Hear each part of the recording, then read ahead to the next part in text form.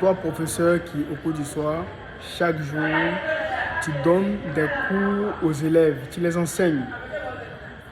Lorsque, par exemple, ces élèves vont en classe et que dans ce que tu les enseignes chaque jour, ils viennent te dire que ce que tu leur as montré aujourd'hui, là, c'est sorti demain en classe.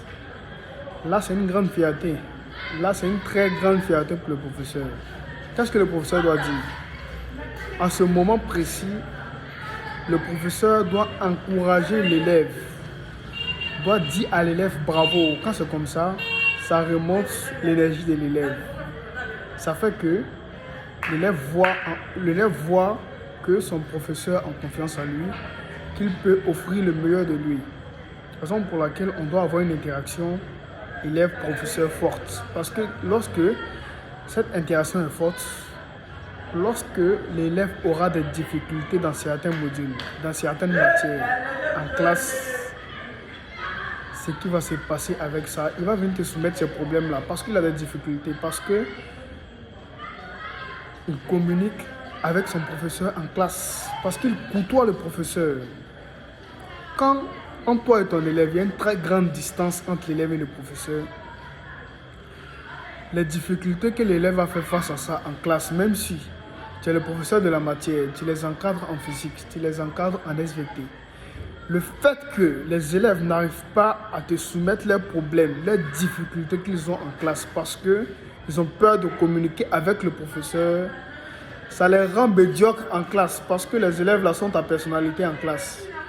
Quand tu enseignes un élève de 3e, un élève de 4e, l'élève là, en réalité là, te représente dans ce module là en classe. Moi comme ça qui enseigne en SVT, en physique, je dis à mes élèves, vous me représentez en classe. Quand il y a une mauvaise note, c'est moi qui ai une mauvaise note. C'est moi qui n'ai pas bien travaillé dans ce que je donnais comme enseignement. Aujourd'hui, comme ça, au Terrace School, il y a l'un de mes élèves qui est venu me montrer l'une de ses notes en SVT. Elle a eu une bonne note. Généralement, face à ce genre de situation, moi je dis ok, je dis rien. Mais j'ai fait exprès de dire que c'est bien, il faut continuer comme ça. Parce que je sais que ça va donner une autre énergie à la personne. Puisque cette personne-là, c'est pas quelqu'un qui est tellement forte. C'est pas quelqu'un à qui la compréhension des choses est facile. La personne fait des efforts. Quand la personne fait des efforts et que la personne vient te soumettre le travail qu'elle a eu à faire durant 1 mois, durant 2 mois, le fait de dire que c'est bien, continue, ça soulage la personne. Ça soulage la personne. Quand je dis ça, l'élève était content, l'élève dit merci. Mais en réalité, le merci là, c'est pas mon merci. C'est un merci pour qu'elle n'a qu'à continuer de toujours travailler. Cet encouragement que je viens de dire comme ça là, les parents également doivent le faire à la maison.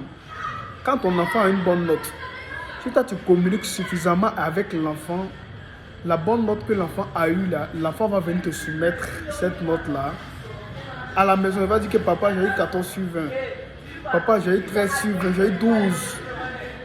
Même les mauvaises notes de l'enfant, quand l'enfant va communiquer avec parents, quand il y a une interaction parent-enfant forte, ça va faire que les mauvaises notes, les difficultés que l'élève rencontre en classe là, il va venir rencontrer ces difficultés là plutôt à ses parents, à son professeur de cours du soir, aux personnes qui l'enseignent. C'est important. C'est important de communiquer avec l'enfant. C'est à cause de celle-ci au Terrace School, quand une nouvelle personne vient d'arriver comme ça, on se débrouille pour que cette personne-là ait une réciprocité avec l'élève. La personne soit proche du professeur. La personne soit proche de moi. La personne soit proche du professeur de mathématiques et du professeur de physique. Du professeur de français. Parce que plus la personne est proche du professeur, plus la difficulté que la personne va rencontrer, la personne va venir soumettre au professeur. Souvent, la semaine passée, sinon la semaine passée, il y a l'un de mes élèves qui est venu avec un type d'exercice pratique de poussée d'Archimède que je n'ai pas eu à traiter. J'ai expliqué, mais je ne suis pas rentré en détail. Donc, on les a donné un exercice de maison sur ça en classe. L'élève m'a envoyé l'exercice, l'élève m'a montré l'exercice. Pourquoi est-ce que l'élève l'a fait? Parce que je communique avec l'élève. Parce que l'élève là, entre moi et l'élève là, il y a une interaction qui permet à l'élève de me montrer ses difficultés, de me montrer ce qui ne va pas en classe. Donc l'élève est venu avec l'exercice. On a traité l'exercice ensemble en classe. Ils ont fait lecture de l'exercice. Et on a traité ça en classe. Ça a fait que l'élève a compris, tout le monde a compris. Et l'élève a pu donner le meilleur de lui-même dans cet exercice-là en classe. Pensez à ça, ça peut vous aider dans votre éducation, dans l'évolution, sinon la progression de votre enfant. Merci.